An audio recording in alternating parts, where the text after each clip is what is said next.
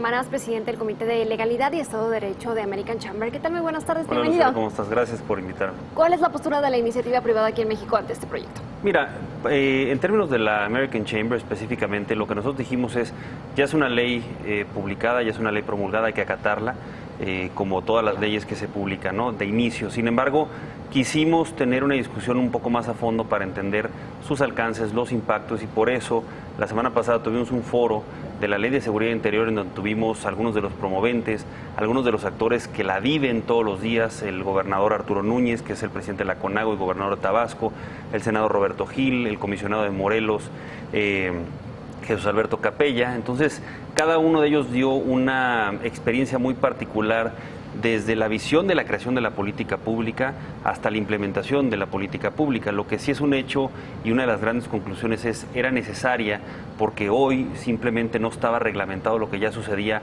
todos los días, Lucero. Al final del día, las Fuerzas Armadas estaban en la calle, están en los estados, están siendo utilizadas a partir de una llamada de un gobernador o del propio Ejecutivo para favorecer la seguridad de los estados. Una de las grandes conclusiones es que no se ha capacitado a las policías estatales, que hace falta una política integral mucho más con una visión mucho más profunda de la seguridad, y que por supuesto este tema ojalá y no termine en medio de la política como muchos de los temas terminan en la parte de seguridad, ¿no? Entonces, al final del día el análisis se hizo desde ese lado. Hay muchas cosas que sin duda creemos se pueden mejorar de la ley. Sin embargo, hoy está la discusión en la Suprema Corte de Justicia para ver si la validan o no la validan. Bien, hemos escuchado a organismos, a grandes organismos internacionales como Naciones Unidas, no están tanto a favor de este proyecto, sugieren que haya más garantías. Aquí en México se está escuchando a la iniciativa privada para meter ahí propuestas. Mira, sí, sin duda se escuchó.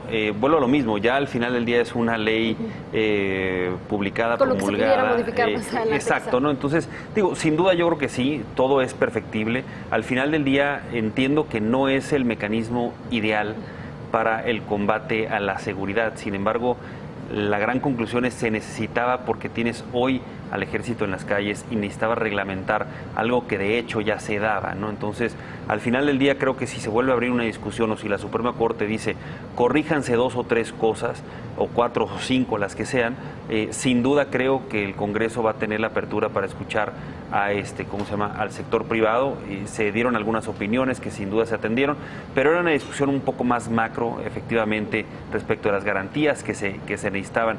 Pero hoy yo te puedo decir que en la situación en la que estábamos, pues no se tenía ninguna garantía. Hoy lo que trata de hacer esta ley es reglamentar esa intervención del ejército, tratar de tener métricas de hacia dónde llegaron, tratar de medirle y ponerle tiempo a la estancia del ejército, y por supuesto que tengan resultados y que se les exijan pues cuál fue la conclusión de esa intervención, que tengan protocolos de actuación, y no solo hoy, como se decía en el foro, hoy una llamada de teléfono activa la intervención del ejército en las calles, y me parece que hoy se necesita un poco de más certeza, que eso es lo que al final del día busca la American Chamber, Lucero.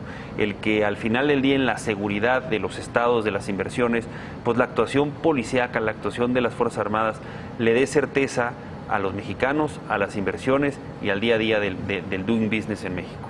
Gustavo, el 2017 fue considerado como uno de los estados más violentos en la historia reciente aquí en México. ¿Cómo le impactó esto a los empresarios mexicanos? Pues mira, al final del día sí impacta porque hay que elevar los costos en la seguridad, hay que cuidar mucho más las estaciones estratégicas que se tienen. Yo te pongo un ejemplo, uno de los miembros del AmCham para cuidar sus vías de ferrocarril tiene 1.500 elementos. Y le tienen que invertir más. Y en Estados Unidos tiene 7, con el doble de vías, ¿no? Entonces, pues sin duda impacta en la competitividad, impacta en la movilidad de los productos, en el costo, en muchas cosas, ¿no? Sin embargo, efectivamente esa medición va más por el lado de el impacto de los homicidios dolosos y una serie de cosas que al final del día no le da mucha certeza o le da una mala imagen al país para que siga llegando más inversión. Pero la AmCham sigue con el compromiso de mantener sus inversiones en México, ¿no? Independientemente de que impacta en el costo y sí en la competitividad. brevemente, estamos en un año electoral, está por concluir esta renegociación del Telecán. ¿Cómo ven las inversiones este año aquí en nuestro país? Mira, ¿Afectado? No creo. O sea, al final del día yo sigo viendo, se anunció hasta hace 2 días una inversión de 900 millones de dólares en Obregón de una de las cerveceras de Constellation Brands. Entonces, las inversiones siguen llegando, creo que sigue habiendo confianza en el país, ¿no? Y así es la postura que mantiene la American Chamber. Habrá empresas que en lo individual hagan alguna decisión, sin embargo, AmCham sigue respaldando las inversiones y la confianza en el país. Gustavo Almaraz, gracias, muy Gracias buenas a ti, Lucero, tardes. que estés muy bien.